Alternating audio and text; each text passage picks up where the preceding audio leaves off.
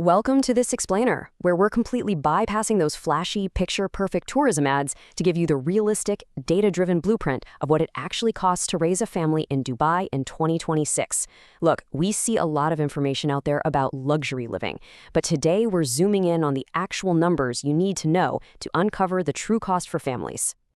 Here's exactly what we're covering today. 1. The monthly family baseline. 2. Housing, communities, and rents. 3. The education price tag. 4. Visas and family healthcare. 5. Daily life and transport. And finally, 6. Maximizing your family budget. All right, let's jump right into Section 1, the monthly family baseline. This is the core financial truth. So here's the thing. A lot of people see that shiny 0% income tax rate, and honestly, they literally start packing their bags. But zero tax absolutely does not mean zero expenses. Dubai has these unique structural living costs that will immediately claim a massive chunk of that retained wealth. It's a fantastic financial opportunity for sure, but to make it work for a family, you really have to understand that the cost of living here is shaped by entirely different factors than what you might be used to back home. Let's actually crunch these numbers. If you're looking at a basic setup in a suburb like JVC or Al Farjan, a family of 4 is running about 20,000 to 25,000 dirhams a month. But step that up to a more premium area like Dubai Hills or JLT with a mid-tier school, and your budget jumps significantly, landing somewhere between 28,000 and 38,000 dirhams a month. The gap between just surviving and comfortably thriving is vast. And you know what? It's almost entirely dictated by your address and the type of education you want for your kids. Those two choices will fundamentally shape your family's daily reality. Moving right along to Section 2, housing, communities, and rents. Because where you live really matters. Just look at the stark contrast in property entry points here. You can get massive space out in Damak Hills too, starting at just 1.2 million dirhams. Now, if you want a 15-minute walkable community where literally everything is close by, Town Square sits around 1.8 million.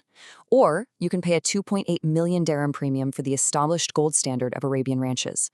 And there you're essentially paying for mature trees, this incredible community feel, and ultra proximity to top schools. That massive leap in cost, it's all about lifestyle positioning. But wait, the listing price or base rent is absolutely not the whole story. You've got to remember service charges. They're like the silent budget killer. The difference between a low 3 dirhams per square foot in a villa community and 20 dirhams in a premium apartment adds up to an easily overlooked 42,500 dirhams a year on a standard 2,500 square foot home. That is a massive chunk of change to cough out from day one, and it's an annual running cost that never goes away. Okay, Section 3, the education price tag. Let's talk about schooling your children. There's a saying here, the school run shapes your week more than almost anything else. So start there. And it's so true. If you're spending 2 hours a day in traffic with a crying toddler in the back seat, well, that cheaper rent you found suddenly doesn't feel worth it at all. That is precisely why communities near great schools command such incredibly high property values. Choosing Dubai Hills isn't just about the house. It's about paying a premium to have a top-tier institution like GEM's World Academy right inside your gates, just to get your life back. And keep in mind, inflation doesn't skip the classroom. As you budget for the 2025 to 2026 academic year, remember that the Knowledge and Human Development Authority, the KHDA, has approved an education cost increase of 2.35% for private schools. So whatever base numbers you're projecting for your family's future right now, yeah, you need to budget for a small but very realistic continuous annual bump. When you factor in multiple kids, wow, the math gets intimidating fast. Up to 110,000 dirhams a year per child for a prime international primary school? That is exactly why family budgets jump so drastically compared to a single professional's expenses.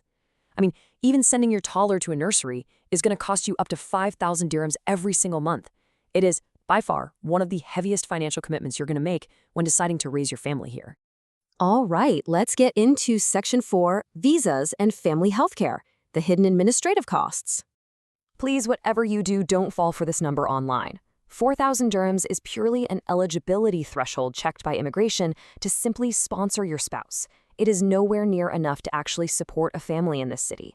It's absolutely crucial not to confuse the legal bare minimum required to get a visa with the actual, realistic, livable budget we've been discussing to give your family a good life in Dubai. Plus, getting your family here legally isn't just a single magic stamp. It's an unavoidable 4-step bureaucratic process. Sponsoring a family member requires you to navigate entry permits, medical tests, Emirates ID registrations, and finally visa stamping. Altogether, this administrative headache will cost you between 3,500 and 5,000 dirhams per dependent every 2 years. It's a recurring cost that families so often forget to put in their spreadsheets. Now, when it comes to staying healthy, do not assume your corporate package automatically covers your dependents. While health insurance is legally mandatory for all residents, employers are only required to cover their actual staff, not spouses, not children. Purchasing comprehensive private insurance out of pocket is a major non-negotiable expense. And heads up, teeth and eyes aren't considered essentials by basic plans, so dental and vision will usually cost you extra. You really need to scrutinize your employment contract before making the move. Next up, Section 5, Daily Life and Transport. Let's look at those variable expenses. Here's the ultimate financial trade-off of convenience. Relying on the Dubai Metro, with its daily 14 dirham cap on a silver NOL card, saves you a massive amount compared to car payments, fuel, and the new Salik toll gates. And those are electronic tolls that trigger every single time you drive under them on main highways.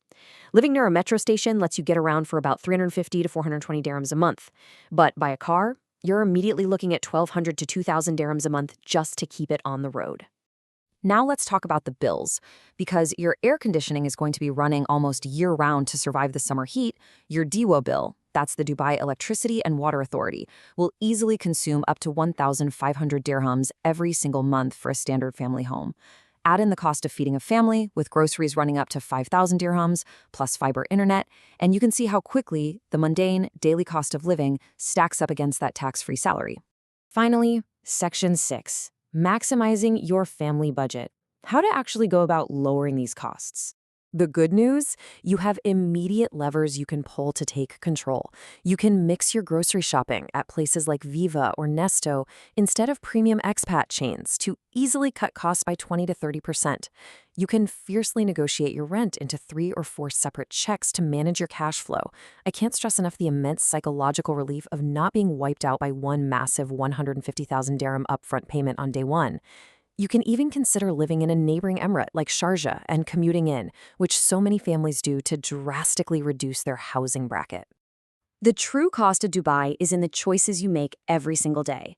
So the ultimate question is, will you strategically structure your lifestyle to thrive here? Or will you let hidden administrative costs and premium conveniences drain your tax-free gains? Thanks for joining me on this explainer, and hey, happy planning!